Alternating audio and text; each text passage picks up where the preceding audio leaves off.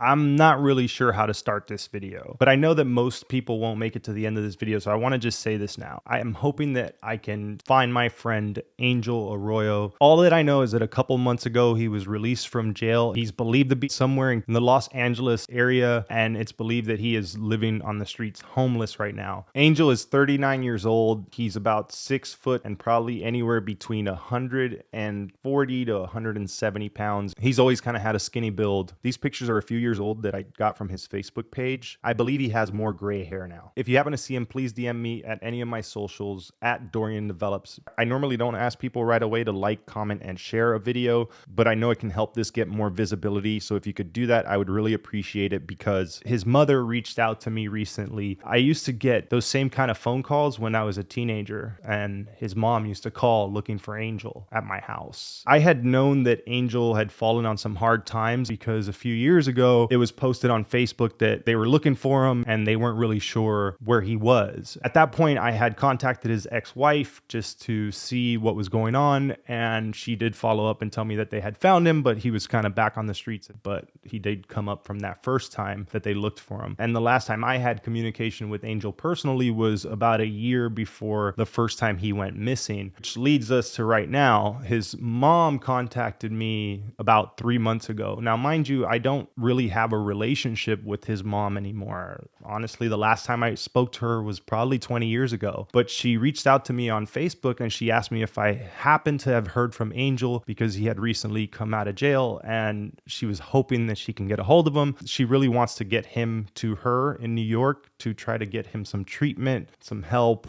and hopefully to get him back on his feet. It broke my heart when I got this message, and I spoke to her and we talked for a little bit. That was a couple months ago and it kind of passed. I tweeted about it. I was originally going to make this video, but in my mind, I was like, I'm sure Angel's going to show up. I reached out to her recently just to touch base and see if anything came up, and she hasn't heard from him. You know, I told her I'm really sorry. She said that she hasn't spoken to him in a year and a half. She doesn't know where he is. It's heartbreaking. Me and Angel have been friends for a very, very long time, and he's one of the few friends that I thought made it out. Angel and I first met in elementary school. Him and I were actually in rival elementary school gangs. I know it sounds stupid, and it is. He was in Territorial Landlords, TLL, and I was in Natural Born Killers. Now, mind you, this is like 4th grade or so. And we actually had to fight each other at one point, and that was my first time getting to know Angel. After that, you know, we kind of stayed in different social circles, but when we got into middle school, we both ended up getting held back a grade and we became better friends. I remember often going to Angel's house after school. He introduced me to a lot of hip hop. I remember listening to Wu-Tang 36 Chambers for the first time in his house. We actually saw Eminem together in a really small club on South Beach called The Cameo when like Hi, My Name Is just dropped. And it was a really cool experience. I think I was probably like 14 or 15 at the time. We were already kind of smoking weed and doing dumb stuff when we were in middle school together. We shared similar interests and we both came from broken homes. Angel didn't really know his father. He grew up with his stepdad. Angel and I became really good friends and we hung out all the time. We would catch the bus everywhere, and we both enjoyed breakdancing. We enjoyed getting into trouble. I remember we would go to downtown Miami on the Metro Rail, and mind you, we're kids, right? Because I see like a 14-year-old now or 15-year-old now, and I'm like, if my kid was 15, I would not let them go to downtown Miami in the areas that we were going to. I remember one time we were at the Omni Mall. We were way out past the time we should have been out. We missed the last bus and we're walking home at like 1, 2 in the morning in probably one of the worst areas in Miami. Overtown is the hood, and I grew up in a bad neighborhood, and Overtown's way worse than my neighborhood. And I ended up having to like call my mom, and she came and got us and drove us home. That was pretty crazy. I remember spending New Year's Eve in Angel's grandma's house. She lived right by Edison High, which was in Little Haiti, right off of Martin Luther King. She lived in some really, really bad projects, and we spent a New Year's Eve there. There was so many guns going off at midnight. It sounded like a war zone zone. It was crazy. And I spent a few weekends at his grandma's house. I remember Halloweens that we hung out together and egging houses. And one Halloween, we got chased down and shot at with paintball guns. And it's crazy because a couple times we had to run from people in the hood because people want to rob you. Well, they want to steal your candy. They want to steal your bikes. But that's how it was. So on Halloween nights, we would go out and doing stupid shit like egging houses and doing stuff like that. I guess karma was swift and we'd get egged and shot at with paintballs and chased down and running for our lives just to get a little bit of candy. It's crazy. I remember when the Elian Gonzalez thing happened and we would go to Angel's house like every day after school, and that house was on the way to his house. There was always news trucks out there and we would try to stand outside to get on the news, and we probably were on the news. I'm sure if there's tapes of that stuff somewhere, you'd probably see me and Angel standing in front of Elian Gonzalez's house when that all went down. And I remember that we took part in the protest because we were idiots and we wanted to cause some trouble, and it was a good reason to cause some trouble. So we did that too. We grew up together and we got into more trouble together. We got older. Angel and I rode in stolen cars together, and we did a lot of the same stuff we did with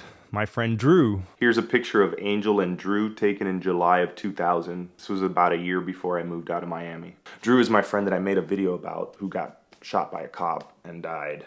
There's Angel hanging out at my house. Here's a picture of me and Angel in 8th grade. We started off in the same high school together. Angel lived like a block away from Miami Senior High. That was the high school that I first went to, but then I eventually got kicked out of there and I ended up having to go to another high school. And that's when me and him would hang out occasionally, like on the weekends, but we definitely went different ways. And he got into like the rave scene. I remember that I think I went to like one of my first raves with Angel, but I might be misremembering that. But he got really into the rave scene and partying like that.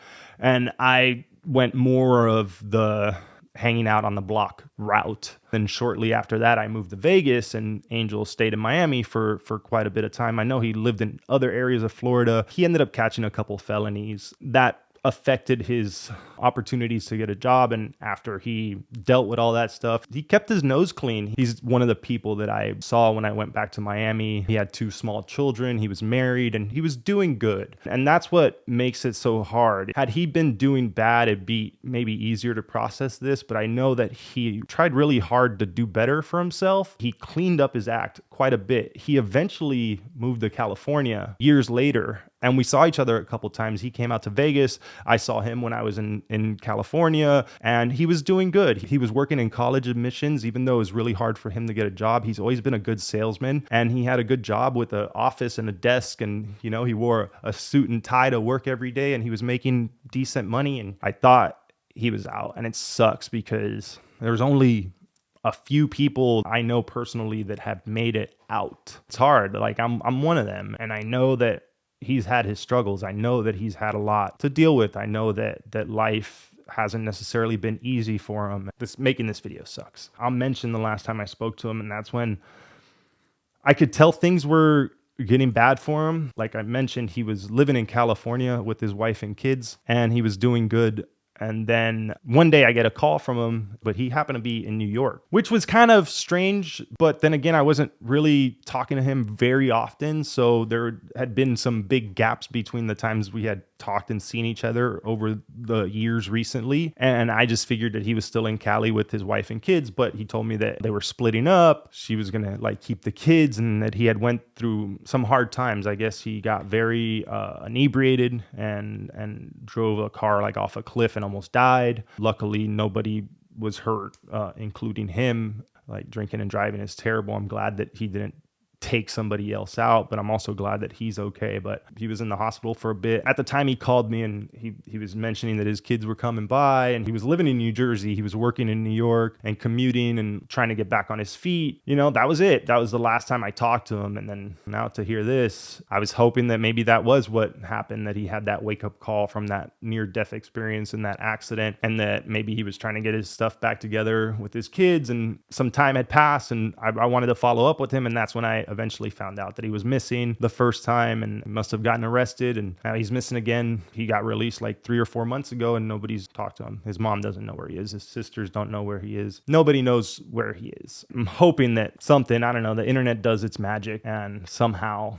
somebody sees him. I don't know. Right now, I just want to find my friend for his mom. It's a lot to process for the video because when I think about the good times, it makes me sad to know that he's struggling somewhere right now. He's a good person that has made some mistakes, and I don't know what's going on with him right now, like mentally and whatever demons he's battling. I don't know. I haven't talked to him in a while, and I can't do a good job of explaining it because I can barely articulate what I'm trying to get out now, and I feel like this video is going to be all over the place, but honestly, I don't care as long as that first 30 seconds or a minute gets watched by a few people and maybe the message gets spread and somehow we can find my friend Angel and I don't know, get him to his mom. Even getting him to his mom might not fix anything, but giving her a little bit of hope would make me feel like at least I tried to do something because I don't know what else that I can do. It's hard. It's weird trying to like make a video on such a shitty topic. And like the only other thing I guess I can say before I wrap this up is if you're struggling with addiction, try to get some help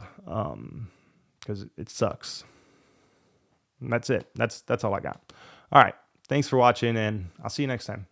If you made it to the end of the video, thank you. I appreciate you very much. I just wanted to mention that I created a short video out of the first 40 seconds or so of this video to share on other social medias like Instagram, TikTok, Facebook, Twitter, and anywhere else that takes short form video content. So if you could take a moment to share that video and give it a like, I would really appreciate that. All right.